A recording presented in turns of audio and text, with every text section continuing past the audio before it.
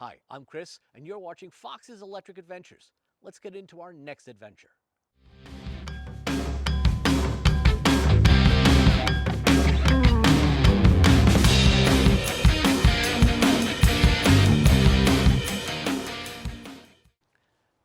In today's adventure, we're talking to Michael over at Hyfoil. Mike was kind enough to put us on his boat with some other folks and take us for a test demo. It was great. And then in addition, he told us all about the fact that he's partnering with Flux. And we've already created a video about them, and if you haven't seen it, go take a look. Now, they're doing their own design for the hull, when that includes an integrated hydrofoil, and the batteries and the motors are coming from Flux. So I hope you enjoy the video. Let's get into it.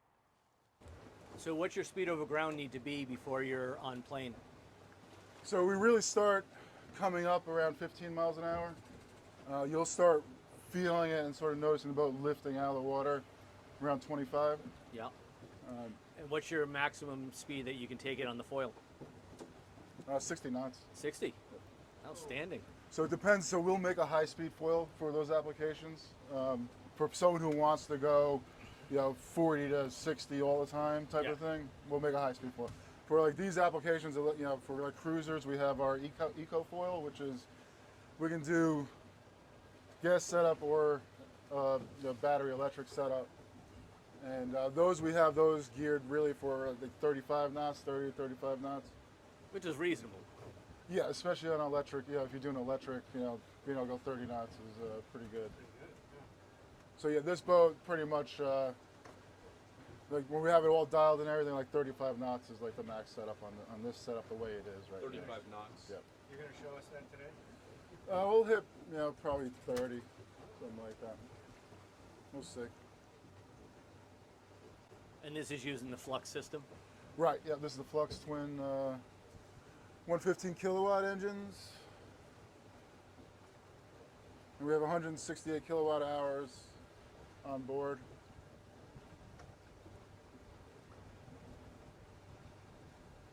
So with regular hulls, one of the things I understand is you need to kind of find the right sweet spot with the throttle because of hull speed. Right, yep. And once you reach your max hull speed, you're not going to go any faster anyway. You're just wasting electricity. Is that true with your foil, or? So we have a very static, very low curve. So when we're using, you'll see like our kilowatt usage. When we're going 20, 25, 30, 35, we're using the same amount of power. So the whole thing is like, the closer we get to the speed that the foil is designed for, Yep.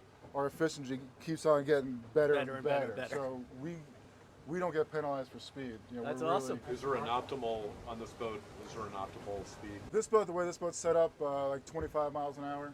I'd say like 20 to 25 knots is really. And if you're doing 25, how long can you go out round trip? How far? About 40 miles. 40 miles 40, round yeah. trip? So whether you're fishing or on a lake, this would be perfect. And Yeah, or on even, blue water. unless you're going, this boat lives up in Rhode Island, like unless you're going to Block Island all the time, it's really, you can run the bay and, and then the great thing is, because we're all sort of getting used to plugging our boats in. So I got this boat, I had like, when I got it 2 days ago, where I had like 50% power on it, I just plugged it in overnight, and like the next day, it's like, all right, I don't have to go to the gas station, fill it up. So yeah, we have like 85-mile range at 6 miles an hour, 83% right now, but which isn't bad. I mean, really, if you're on a sailboat right now, you're pretty happy. Yeah. Or even a lot like the original electric boats. I mean, this was pretty much what you were doing. It's come a long way. Yeah, Flux has done a good job, sort of improving their system and sort of bringing everything up and keep on developing. So. Excellent. This whole integration with the twin engine setup, this was really done for us, for this platform right here. So, and you did a good job. It works. So have you taken this and run around Newport a couple of times? Yeah, for sure. So so the client lives up in Barrington, so he let us use it for the Newport Boat Show. So we did a couple photo shoots and stuff, playing around, and deliver it back and forth. So it was good, sort of. And he's great. He lets me, he'd let me take it here. He let Flux take it to Climate Week.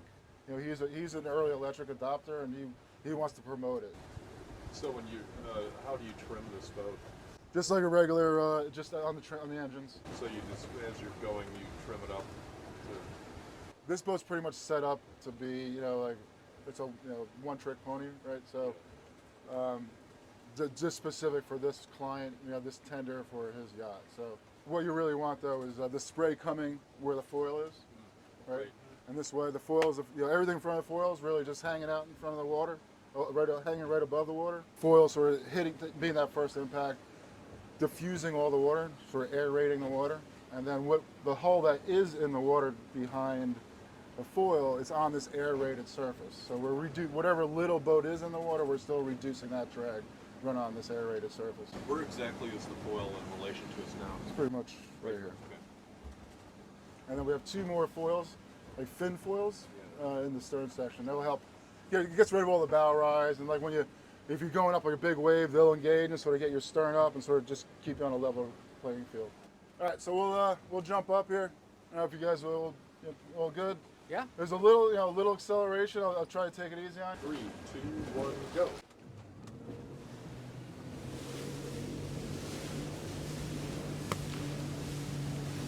So we're 25 right there. And we're still climbing. So we're using 5 kilowatt hours per mile right now. At 35 miles an hour. And we have 27-mile range with 82% battery on. What is your kilowatt usage? Twin 115 kilowatt.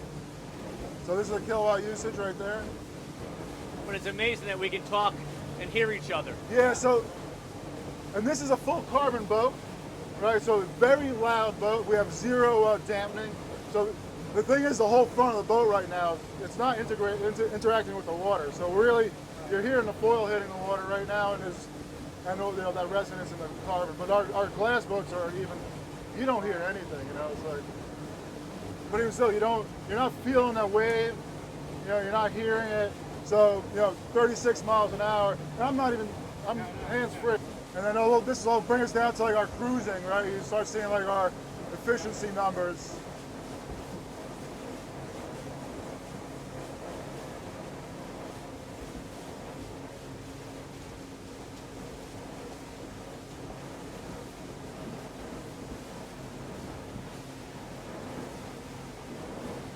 And here's a little wake, we'll try to get a little something for you. So I just trim up a little bit for it.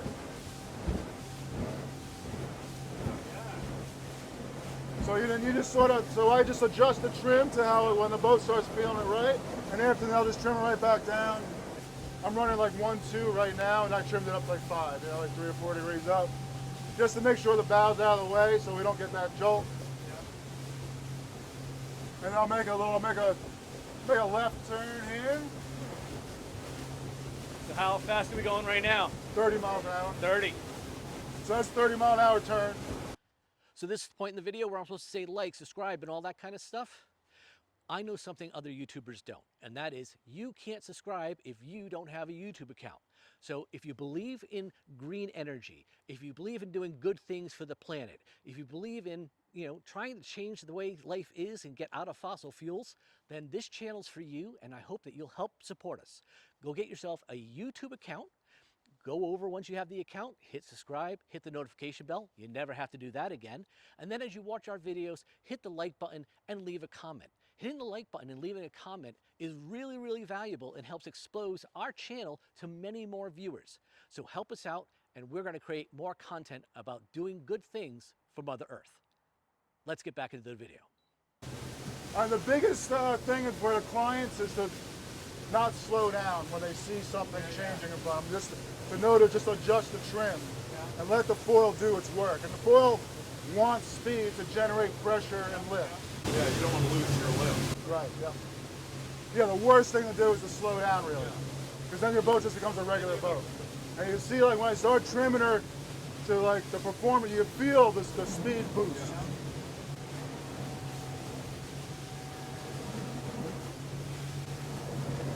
And that's the one nice thing, like I'm a sailboat racer at heart, like that was my growing up, and being able to trim and change the attitude of a boat was what I loved about sailing. And that's the thing about like these boats. You can grow into these boats and really you can just go around, not worry about anything, or you can trim actively and really do things that you didn't think were possible. So that's the real fun aspect of it for me at least.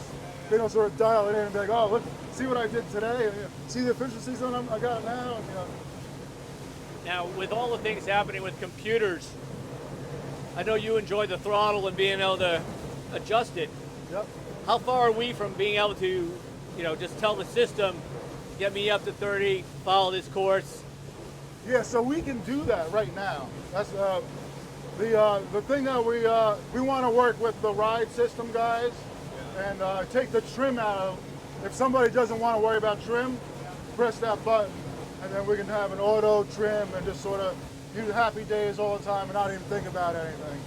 And like even right there, I'm talking to you guys, I'm not really paying attention. We just went through a wave set. So we used about 10% of battery there.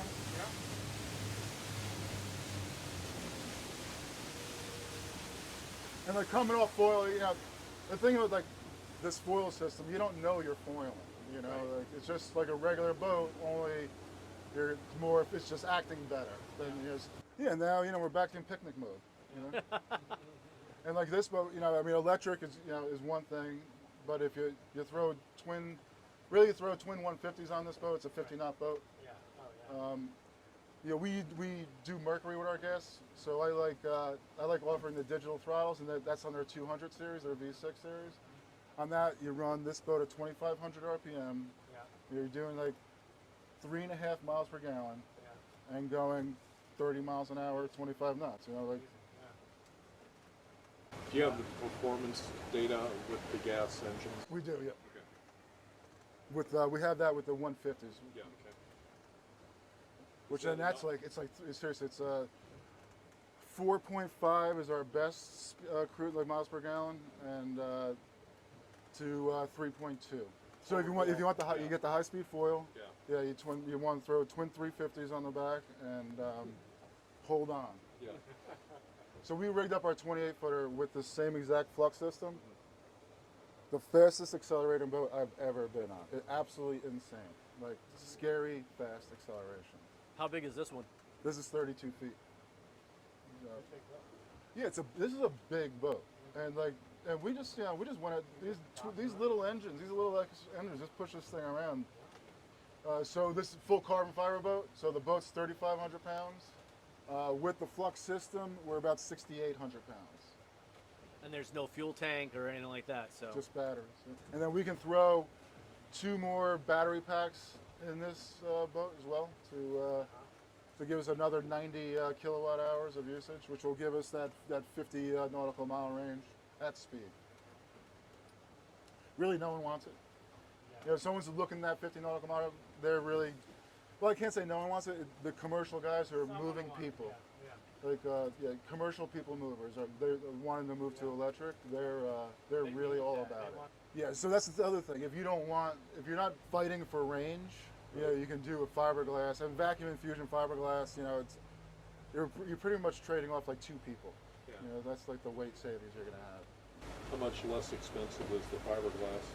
About $250,000 less. Yeah, carbon. I mean, you have the cost of carbon is one thing, and plus you have to do epoxy, and then you paint the boats. You can't use gel coat, so there's a lot of different steps. And then when you're finishing the boat, you have to really drill and everything twice. So you drill your original holes, then you have to fill it with epoxy, and then you drill them again to isolate any metal going through carbon.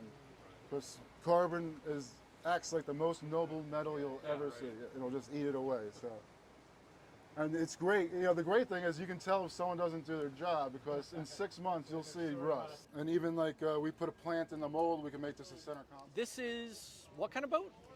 So it's a Hyfoil, which is a foil-assisted craft.